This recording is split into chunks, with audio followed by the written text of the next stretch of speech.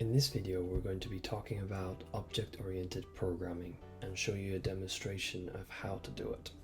If you remember in the last example, what we did is we had 5 LEDs, and what each LED did after the other was it went from being off to full brightness back to off, and then repeated that over and over again until we got to the end of that loop, and it repeats itself endlessly.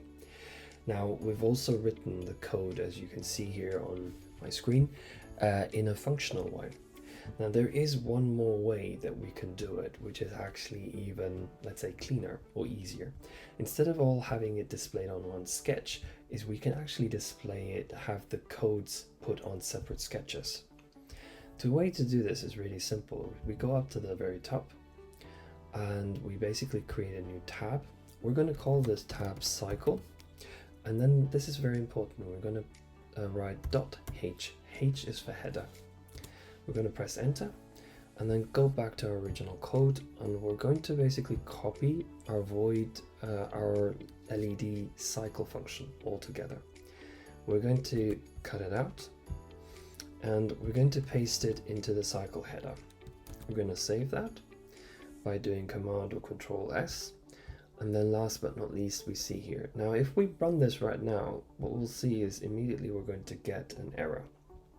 And the reason being is because LED cycle is actually not defined here, but it's defined inside the cycle.header file. So to include it or to call on it, what we need to do is add one extra line of code, which in this case is hashtag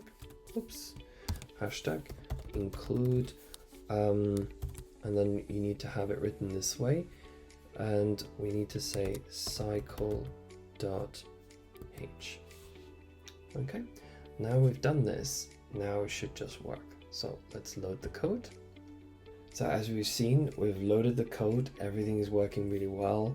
And the beauty of this very way of doing it is that you basically can keep your functions in a very controlled way, in separate sketches effectively, which we call header files.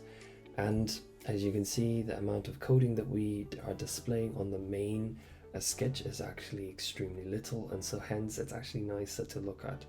These are some of the advantages of using object-oriented programming.